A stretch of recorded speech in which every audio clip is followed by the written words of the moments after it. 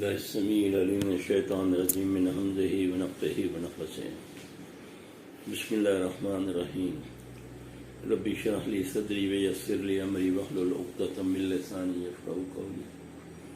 رب زدني علما رب زدني علما رب زدني علما. پہلا سوال ہے، جادو اور جنات کس حد تک انسان کو نقصان پہنچا سکتے ہیں؟ نبی علیہ السلام صلی اللہ علیہ وآلہ وسلم اللہ کی طرف سے ہر وہ چیز لے کر آئے جس سے آدمی کے اوپر سلامتی ہی سلامتی ہے، لیکن بد نصیبی ہماری یہ ہے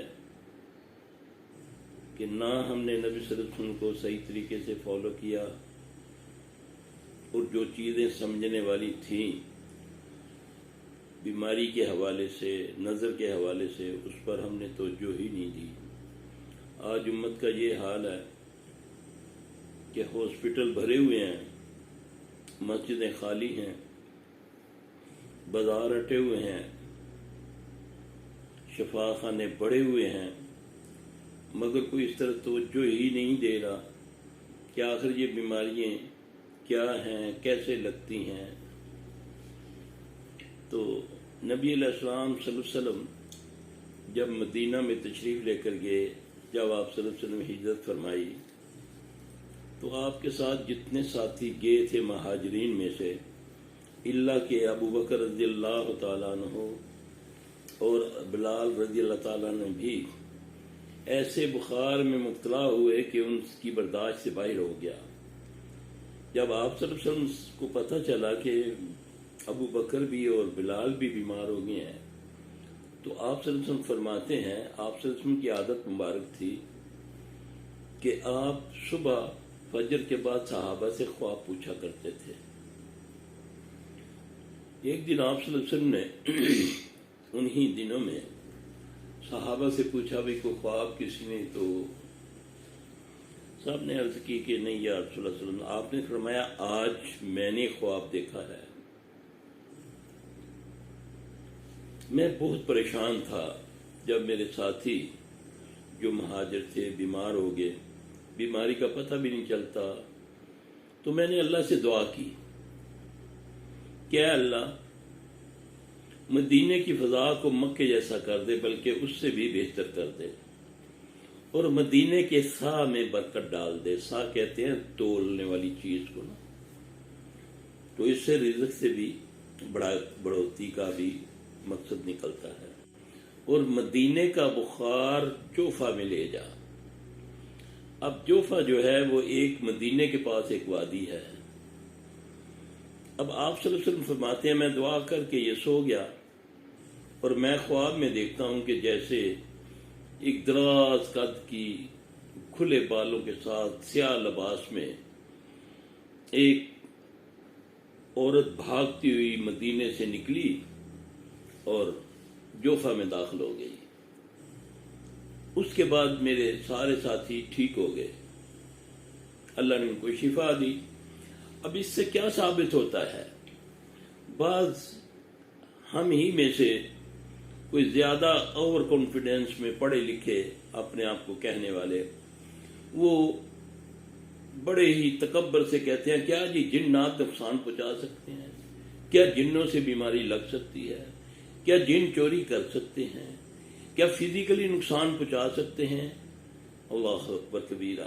پہلی تو یہ دلیل ہے کہ ان کو جو صحابہ کو جو بخار چڑھا وہ فزیکلی تھا، اس سے ان کی صحت خراب ہوئی تھی، اور وہ جو اللہ نے نبی علیہ السلام کو دکھایا وہ اسیب تھا۔ اس جننی کا وہ جو بھی چڑیل تھی یا جننی تھی، جو بھی ایک ہی ہوتا ہے، وہ اب بھاگ گئی ہے۔ اب اس سے یہ ثابت ہوا کہ جس گھر میں جس ایریا میں اسیب ہوگا وہاں بیماریاں زیادہ ہوتی ہیں۔ اور اللہ کے نبی صلی اللہ علیہ وسلم نے جو خواب سنایا تو آپ نے فرمایا وہ جو عورت ہے وہ بھاگتی ہوئی مدینے سے بھاگی ہے اور جوفہ میں داخل ہوگی۔ اس کے بعد سارے صحابہ کو اللہ نے شفائے کاملہ عاجلہ عطا فرما دی۔ اب کوئی دلیل ہی نہیں رہتی اس کو رد کرنے کی۔ دوسرا، کیا جنات چوری کر سکتے ہیں؟ اللہ اکبر۔ کیا ابو ہریرہ رضی اللہ تعالیٰ عنہ کو نبی علیہ السلام صلی اللہ علیہ وسلم نے صدقے کے اور فطرانے کے مال پر پہر کے لیے نہیں لگایا تھا. اور عرض کرتے ہیں جا کر یا رسول اللہ صلی اللہ علیہ وسلم میں تو پہرا بہت صحیح طریقے سے دے رہا ہوں مگر سمجھ نہیں آ رہی کہ مال کم ہوتا جا رہا ہے. پھر آپ صلی اللہ علیہ وسلم نے یہ آپ حوالہ تفسیر ابن کثیر میں فضائل آیت الکرسی میں پڑھ سکتے ہیں پوری حدیث کو, اور حدیث بھی اللہ کے فضل سے صحیح ہے. اللہ ہمیں سمجھ دے. آپ صلی اللہ علیہ وسلم جب سنا ابو ہریرہ سے تو آپ نے فرمایا, کیونکہ اللہ کے نبی صلی اللہ علیہ وسلم تو وحی ہوتی تھی, اللہ بتا دیتے تھے. آپ نے فرمایا ابو ہریرہ تم یہ پڑھو, سبحان من سخر قال محمد صلی اللہ علیہ وآلہ وسلم. اچھا, جب اس جگہ پہنچ کر انہوں نے اس کو پڑھنا شروع کیا تو کیا دیکھتے ہیں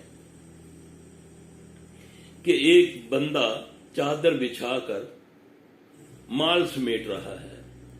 اب اس سے پہلے تو ان کو نظر نہیں آیا. جب انہوں نے یہ پڑھنا شروع کیا تو انہوں نے دیکھا ہے کہ ایک بندہ, ایک آدمی بچھا کے چادر کو وہ مال سمیٹ رہا ہے. تو میں نے آگے بڑھ کے اس کو پکڑ لیا. وہ رونے لگا, میں غریب ہوں, مجھے چھوڑ دو, میرے بچے بھوکے ہیں. تو میں نے اس کو چھوڑ دیا. تو آپ صلی اللہ علیہ وسلم کو تو اللہ کے فضل سے پتہ چل گیا, آپ اب وہی سے تو اللہ بتا دیتے تھے. میں نے جب عرض کیا آپ کو تو آپ نے فرمایا ہو سکتا ہے تیرا مہمان پھر آئے. دوسرے دن وہ پھر آیا, پھر پکڑا, پھر چھوڑ دیا, منتیں کی. جب تیسرے دن آپ نے اس کو پکڑا تو رونے لگا, کہتا اب تو میں نے, ابو ہریرہ رضی اللہ عنہ نے فرمایا کہ اب تو میں لے جاؤں گا تجھ کو نبی صلی اللہ علیہ وسلم کے پاس اور تجھ پر حد لگواؤں گا اور تجھے سزا دلاؤں گا. تو بہت رویا, کہتا اچھا میری بات سنو, میں تمہیں کچھ کلمے سکھاتا ہوں, اگر تم وہ پڑھ لیا کرو گے تو میں آئندہ نہیں آؤں گا.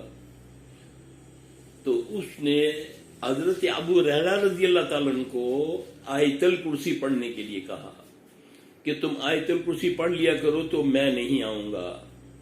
نبی صلی اللہ علیہ وسلم نے جب یہ سنا تو آپ نے فرمایا تھا جھوٹا اور بات سچی کر گیا.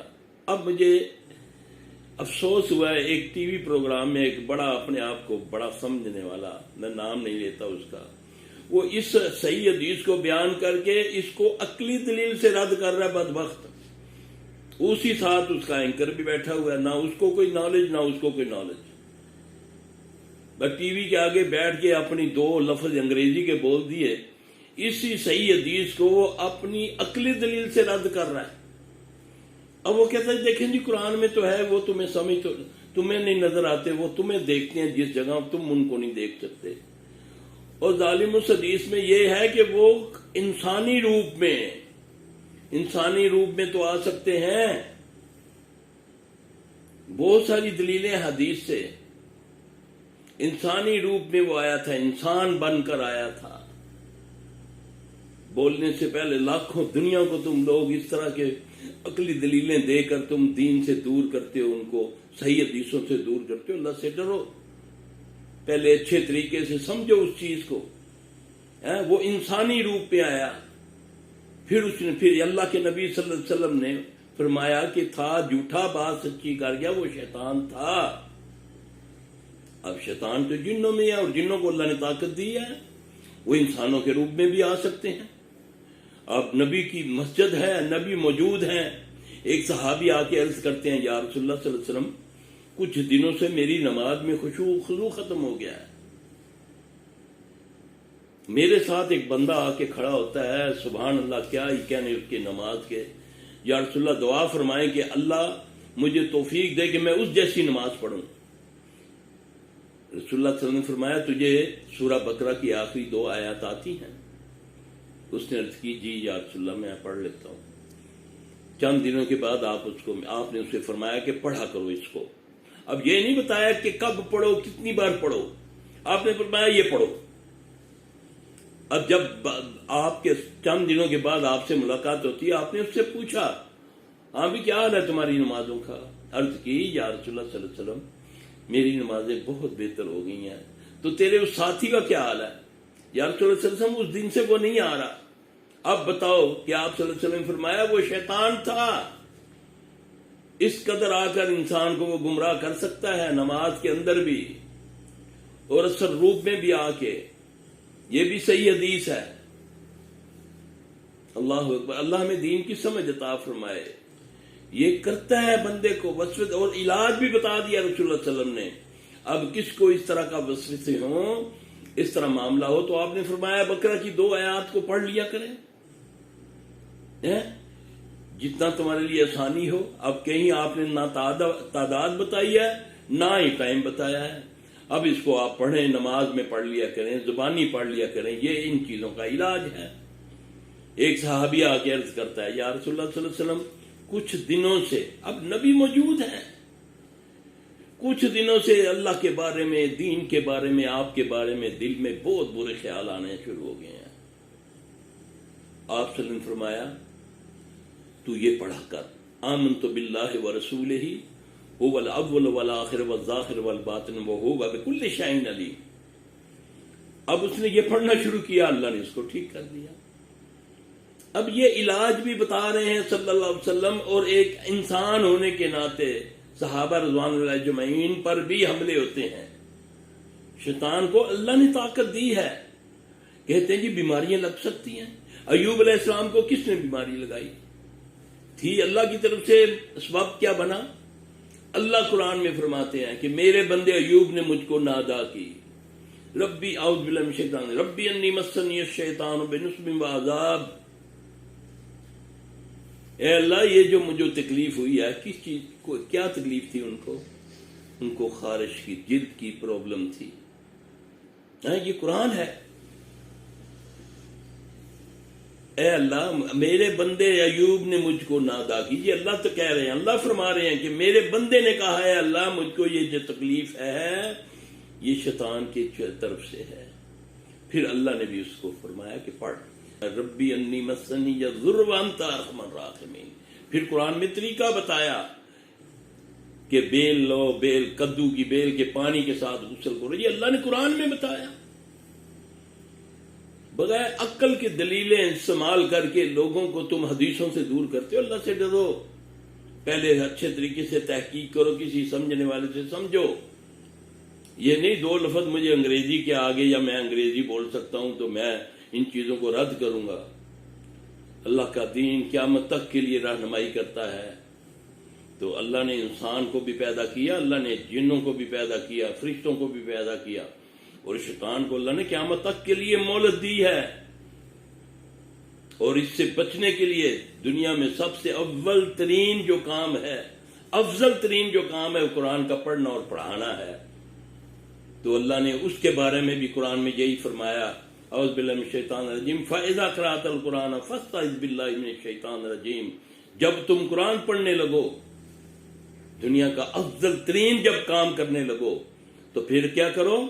پہلے اللہ کی پناہ میں آ جائے کرو اس رجیم سے. کیوں کہ انہو لیس لہو سلطان علی الذین آمنوا وعلی ربہم یتوکلون.